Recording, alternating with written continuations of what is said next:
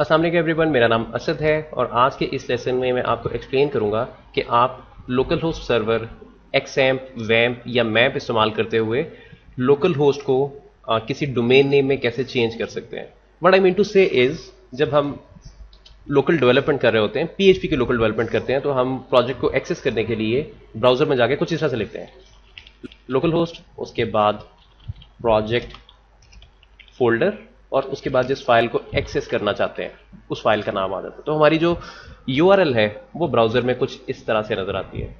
लेकिन जो ये वाला पार्ट है जो कि आपके प्रोजेक्ट को पॉइंट कर रहा है, यानी कि आपकी जो डायरेक्टरी है इंक्लूडिंग लोकल होस्ट, इसको चेंज किया जा सकता है किसी मीनिंगफुल डोमेन नेम में। यानी फॉर एग्जांपल इसको आप www.test.com में चेंज कर सकते हैं, टेस्ट में कर सकते हैं, किसी भी कोई भी नाम आप चूज कर सकते हैं। यहां पे मैंने टेस्ट लिखा हुआ है, इसकी जगह पे आप कोई भी नाम चूज कर सकते हैं। तो फिर अगर आप इसको डायल करेंगे, इसको डायल करने पे ये वाली जो यूआरएल है इसको बिहाइंड द सीन्स यानी कि बैकएंड पे इसको इस्तेमाल किया जाएगा और जो भी आपकी फाइल है वो आपकी फाइल लोड हो जाएगी। तो आपकी जो यूआरएल है वो कुछ इस तरह से ट्रांसफॉर्म हो जाएगी इंक्लूडिंग न्यू डोमेन नेम। आपको सबसे पहले मैं एक एग्जांपल दिखाता हूं, उसके बाद आपको थोड़ा सा आइडिया हो जाएगा। इसको मैं कमेंट करता हूं और इस वक्त जिस डायरेक्टरी में मैं काम कर रहा हूं उस मेरे फोल्डर का नाम है टेस्ट और जो मैं सर्वर यूज कर रहा हूं वो है एक्सएम। ये देखें अपाचे इस वक्त चल रहा है, उसको मैंने स्टार्ट किया हुआ है और अगर मैं उसको स्टॉप कर अभी मैं इसको स्टॉप नहीं कर रहा, मैं भी सिर्फ आता हूं वापस। इसको मैं मिनिमाइज करता हूं, ब्राउजर में जाके जब मैंने पेज रिफ्रेश किया तो आप नोट करें ऊपर लिखा हुआ है test.com और नीचे लिखा हुआ आपको नजर आ रहा है I am on local host and my domain name is www.test.com। आपको श्योरिटी के लिए मैं आपको दिखाना चाहता हूं कि ये जो मैं बेसिकली test.com ऊपर लिख रहा हूं और मेरे पास ये जो I am on local host यानी कि ये जो मेरा पेज मेरे पास ओपन है ये एक्सेस हो रहा है, इसको मैं जैम्प के बगैर एक्सेस नहीं कर सकता। क्यों? क्योंकि ये मेरे जो जैम्प है बेसिकली उसकी जो htdocs डायरेक्टरी है, मेरा प्रोजेक्ट उसके अंदर अवेलेबल है। तो उसका जो नाम है, उसकी जो यूआरएल का नाम है, उसको मैंने ट्रांसफॉर्म कर दिया है www.test.com में। तो देखिए मैं दोबारा इस पर वापस आता हूं, मैंने रिफ्रेश किया, देखिए पेज ओपन है आपके सामने। अब मैं जैम्प ओपन करता हूं और यहां पे आके मैं अपाचे को स्टॉप कर देता हूं। और आप लोग जानते हैं कि जब भी आपने पीएचपी की कोई फाइल ओपन करना होती है उसके लिए जैम्प अपाचे मॉड्यूल इसको लाजमी स्टार्ट करना पड़ता है। अब अगर मैं रिफ्रेश करता हूं तो आप नोट करें कि ये जो साइट है इस वक्त एक्सेसिबल नहीं है। मेरे पास मैसेज आ गया the site can't be reached, test.com refuse to connect. और मैं जैसे ही सर्वर को ऑन करूंगा, अपाचे को स्टार्ट करूंगा, साथ ही मैं इसको ओपन कर पाऊंगा। अब अगर मैं रिफ्रेश करता हूं तो देखें मेरे पास मेरा पेज वापस आ गया। अब आप इसको अचीव कैसे करेंगे? अचीव करने से पहले आपके ज़हन में आ सकता है कि आप ऐसा क्यों करेंगे।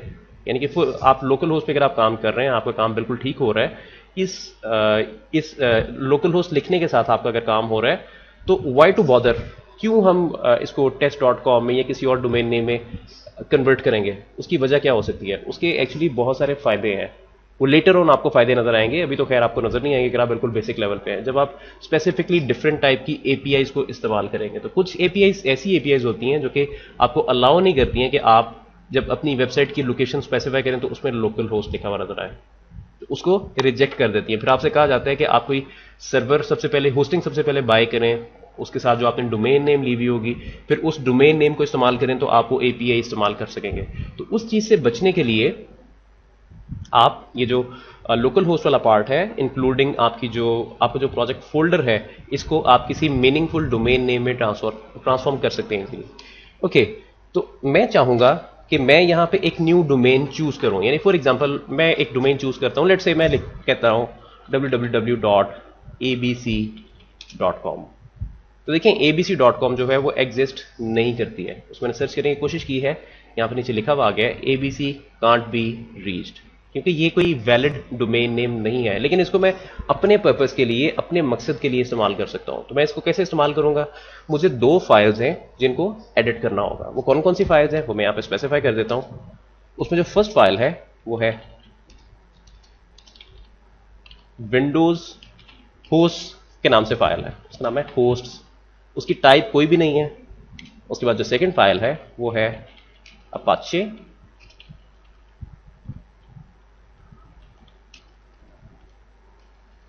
सेकेंड फाइल जो है वो उसका ताल्लुक अपाचे सर्वर के साथ है और फाइल का नाम है httpd vhost dot कॉन्फ। Second file ये है। तो मुझे बेसिकली जो कॉन्फ़िगरेशन सेटिंग्स हैं उनको इन दोनों फाइल्स पे ऐड करना होगा।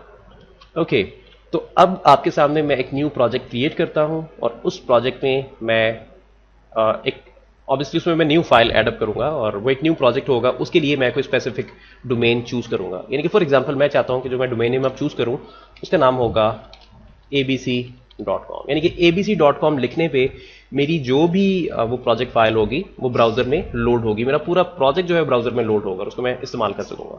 अब इसको सेव करते हैं। सेव करने के बाद मैं यहाँ पे ओपन फोल्डर पे जाता हूँ और क्विकली htdocs के अंदर जाके मैं एक न्यू प्रोजेक्ट क्रिएट कर लेता हूँ। प्रोजेक्ट, तो मेरा जो फोल्डर है इसको मैंने प्रोजेक्ट का नाम दे दिया है। आप अपने फोल्डर को कोई भी नाम दे सकते हैं। अब इस प्रोजेक्ट वाले फोल्डर के अंदर मैं एक फाइल क्रिएट करता हूं। इस फाइल को मैं नाम दे देता हूं, कोई भी नाम आप दे सकते हैं, index.php।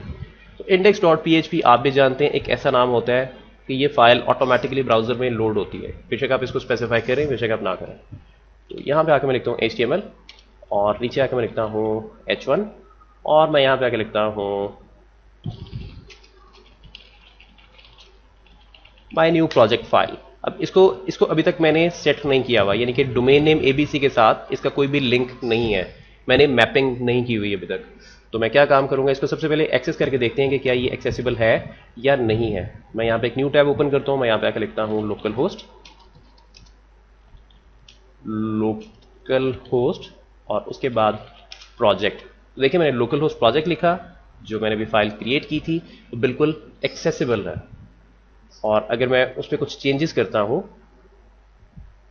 मैंने अपना नाम स्पेसिफाई कर दिया, अगर मैं रिफ्रेश करता हूं तो देखें इसके आगे मेरा नाम भी आ चुका है। लेकिन अगर मैं इसको एक्सेस करने के लिए अभी इस वक्त यहां पे लिखता हूं abc.com तो ये पेज एक्सेसिबल नहीं होगा। ये देखें उसने मुझे कोई दूसरी जो डोमेन एग्जिस्ट करती है मुझे वहां पे रीडायरेक्ट करवा दी है, abc.go.com कोई इंटरनेट पे एग्जिस्ट करती है। लेकिन हमारा तो इसके साथ कोई कंसर्न नहीं है। जो मेरा कंसर्न है वो बेसिकली मैंने abc.com को इस्तेमाल करना है, उसको मैंने कन्फिगर करना है अपने सिस्टम में। अब कैसे कन्फिगर करूंगा, सबसे पहले जो मैंने आपको दो फाइल्स बताई हैं उसमें से जो ये वाली फाइल है विंडोज की जो फाइल है होस्ट, इसको मुझे कन्फिगर करना होगा। तो सबसे पहले इसको कन्फिगर कर लेते हैं। उसके लिए मुझे माई कंप्यूटर पे जाना होगा। माई कंप्यूटर पे जाने के बाद सी ड्राइव, यानी कि जिस ड्राइव में आपने विंडो इंस्टॉल की भी होती है, उसके बाद मैं विंडोज पे जाऊंगा। विंडोज 7 यूज कर रहा हूं मैं 64 बिट। उसके बाद इस जगह पे मुझे सिस्टम 32 में जाना होगा, सिस्टम 32। और सिस्टम 32 के बाद मुझे ड्राइवर्स पे जाना होगा। ड्राइवर्स पे जाने के बाद मुझे ईटीसी में जाना होगा और ईटीसी के अंदर ये फाइल अवेलेबल है होस्ट के नाम से। डोंट वरी, ये जो लोकेशन है ऊपर, इसको मैं कॉपी कर लेता हूं और यहां पे पेस्ट कर देता हूं ताकि आपको नजर आता रहे।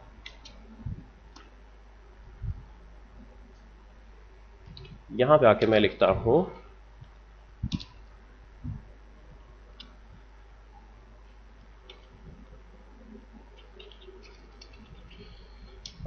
होस्ट, फाइल का नाम है होस्ट। इसको सेव करते हैं और बाय द वे ये जो फाइल है ये प्रोटेक्टेड फाइल है, इसको आप जल्दी एडिट नहीं कर पाएंगे। मैं आपको दिखाता हूं, अभी आपके सामने इशू आएगा। इसको मैं ओपन कर लेता हूं सबलाइम टेक्स्ट एडिटर में। फाइल ओपन हो गई, ये कुछ इस तरह से आपको नजर आएगी। ऊपर ये जो आपको हैश नजर आ रहे हैं ये कमेंट्स कहलाते हैं। ये तमाम लाइनें कमेंटेड है, यानी कि जिस लैंग्वेज में भी आप काम करते हैं उस लैंग्वेज का एक स्पेसिफिक वे होता है कमेंट करने का। किसी स्पेसिफिक जो कोड, जो स्पेसिफिक प्रोग्रामिंग के इंस्ट्रक्शंस हैं उनको कमेंट करने का स्पेसिफिक वे होता है। तो यहाँ पे ये जो फाइल है इसको ये हैश यूज करके कमेंट किया गया है। उसके बाद नीचे आते हैं लाइन नंबर 24 और लाइन नंबर 25। अगर आप इसको गौर से देखते हैं तो यहाँ पे www.test.com लिखा हुआ है और उसके नीचे लिखा हुआ है test.com। तो इसको मैंने पहले से कन्फिगर किया हुआ है, तो मैं चाहूंगा कि यहाँ पे मैं abc.com को भी कन्फिगर कर दूं। तो इसके बाद इसको मैं कॉपी कर लेता हूं, इसको मैंने पेस्ट किया। यहां पे आके मैं लिखता हूं ABC, यानी कि जो भी डोमेन नेम मैं चूज करना चाह रहा हूं, it shouldn't have to be ABC, जो भी आप चूज करना चाहते हैं। तो मेरे केस में मैं ABC चूज करना चाह रहा हूं, इसलिए मैंने यहां पे ABC लिखा। अब नीचे आके मैं लिख रहा हूं ABC, यानी कि ये नाम और ये दोनों नाम सेम होने चाहिए। यानी कि अक्सर जब हम वेबसाइट्स को ओपन करते हैं तो सबसे पहले हम www लिखते हैं, फिर .domain-name.com, और अक्सर हम www नहीं लिखते हैं। तो उस पर्पज के लिए मुझे नीचे आके abc.com को इस तरह से विदाउट www स्पेसिफाई करना पड़ा है। अब मैं इस फाइल को सेव करता हूं।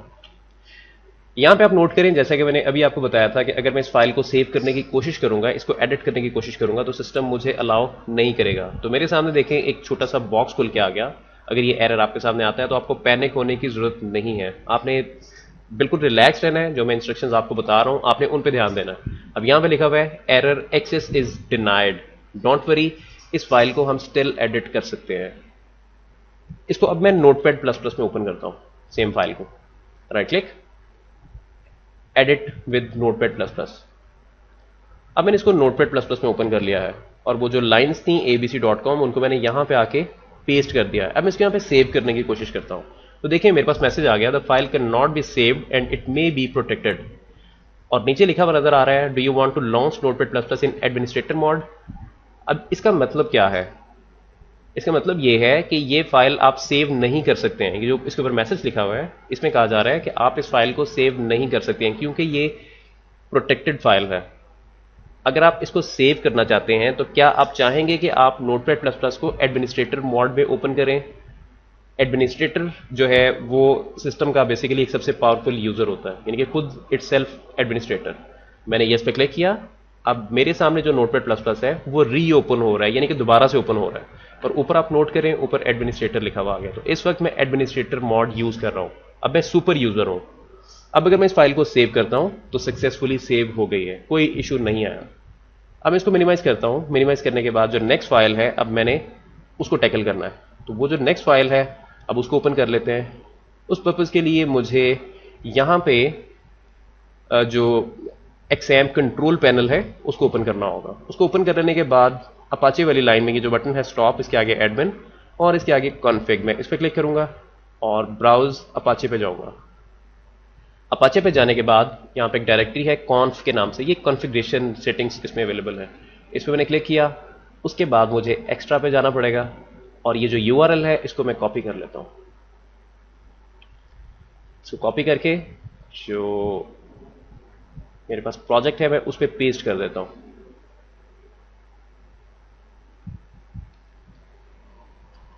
इसको मैंने यहां पे पेस्ट कर दिया और जो फाइल का नाम है वो मैं यहां पे स्पेसिफाई कर देता हूं, httpd.vhost.conf, ये फाइल का नाम है असल में।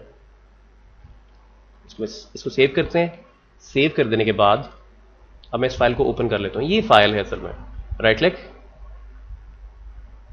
इसको मैं सबलाइन में ओपन कर लेता हूं क्योंकि इस पे मैं कोई भी एडिशन करता हूं, कोई भी इसको मैं किसी भी तरह से एडिट करता हूं, कोई किसी भी तरह का मसला नहीं आएगा। जैसे अभी पहले आया था वो विंडोज की फाइल थी, वो प्रोटेक्टेड थी, यहां पे ऐसा केस नहीं है, ये अपाचे सर्वर की फाइल है। तो इस ब्लॉक को मुझे कॉपी करना होगा। इस ब्लॉक को मैं जैसे ही कॉपी कर लेता हूं इसको मैं पेस्ट करता हूं।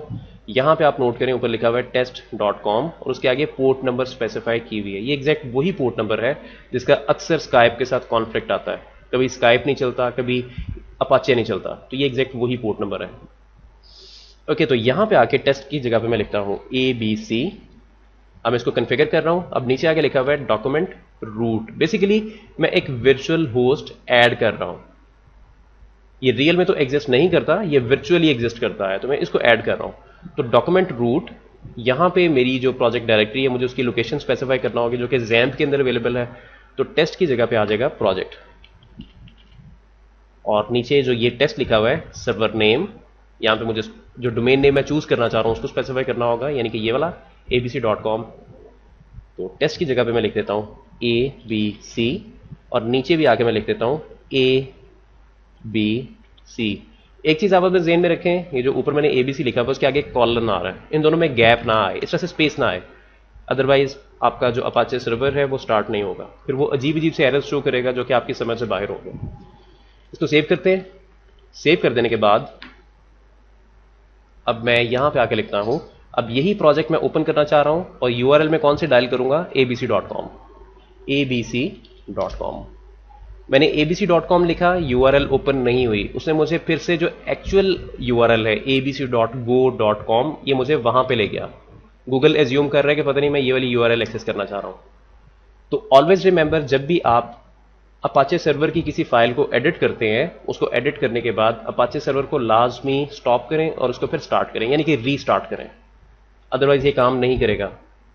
आप रीस्टार्ट करेंगे तो जो सेटिंग्स अप्लाई की हुई हैं फिर वो उन सेटिंग्स के साथ स्टार्ट होगा। अब इसको फिर से स्टार्ट कर रहा हूं, इसको मैंने स्टार्ट किया। स्टार्ट कर देने के बाद अब मैं ऊपर आके लिखता हूं abc.com और ये मुझे स्टिल वहीं पे लेके जा रहा है।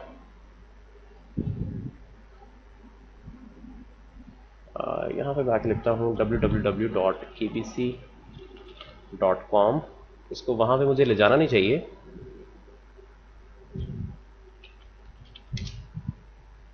ओके, ये देखें मैंने www.abc.com लिखा, जो मेरा प्रोजेक्ट है वो यहाँ पे लोड हो चुका है।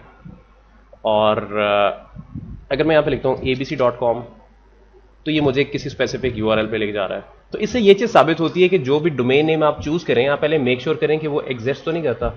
अगर वो एग्जिस्ट करता है तो फिर आप उसको इस्तेमाल ना करें। तो देखें जो www.abc.com है ये यूआरएल एग्जिस्ट नहीं करती। अगर मैं इसको इस्तेमाल कर रहा हूँ तो जो मेरा प्रोजेक्ट है यहाँ पे लोड हो रहा है, जो मेरी फाइल है वो यहाँ पे सक्सेसफुली लोड हो रही है। लेकिन अगर मैं www हटा देता हूँ तो जो पहले से abc के नाम से यूआरएल एग्जिस्ट करती है, गूगल जो ब्राउजर है वो उसको ऑटोमेटिकली लोड कर रहा है। Simple enough. इस लेसन में अगर आपको कोई भी किसी तरह से कंफ्यूजन आती है तो आप मुझसे कांटेक्ट कर सकते हैं। फर्दर मोर मैं इसमें आपको एक और चीज़ दिखाना चाहता हूँ। इसमें अगर आप काम करेंगे तो अक्सर आपको कुछ सेटिंग, ये जब आप वर्चुअल होस्ट डिफाइन करेंगे तो ये सेटिंग्स आपको ऐसे भी नज़र आ सकती हैं कुछ इस तरह से। यानी कि जो मैंने ऊपर सर्वर नेम डिफाइन किया, सर्वर एलियस डिफाइन किया था, उसकी जगह पे एस्ट्रिक लिखा होगा। अब इसका मतलब क्या है? एस्ट्रिक एक वाइल्ड कार्ड है जिसे रेगुलर एक्सप्रेशन में यूज़ किया जाता है और यहाँ पे भी इसको यूज़ किया जा रहा है। इसका मतलब ये है कि पोर्ट 80 से रिलेटेड जितनी भी HTTP रिक्वेस्ट आएंगी उनको बेसिकली उनके लिए कोई वर्चुअल होस्ट स्पेसिफाई होना चाहिए, कोई वर्चुअल होस्ट उनके लिए डिफाइंड होना चाहिए। उसके बाद ही आप उस पोर्ट 80 को यूज़ कर सकेंगे, अदरवाइज नहीं कर सकेंगे। व्हाट आई मीन टू से इज, इसको मैं सेव करता हूँ, इसको मैं आपको करके दिखाता हूँ इस सेटिंग के बाद। अब मैंने ये सेटिंग अप्लाई करने के बाद इसको मैं री रन करता हूँ। परफेक्ट, बिल्कुल ठीक काम कर रहा है। अब मैं इसी प्रोजेक्ट को लोकल होस्ट के थ्रू एक्सेस करता हूँ। लोकल होस्ट और टेस्ट, सॉरी टेस्ट नहीं था, फोल्डर का नाम था प्रोजेक्ट।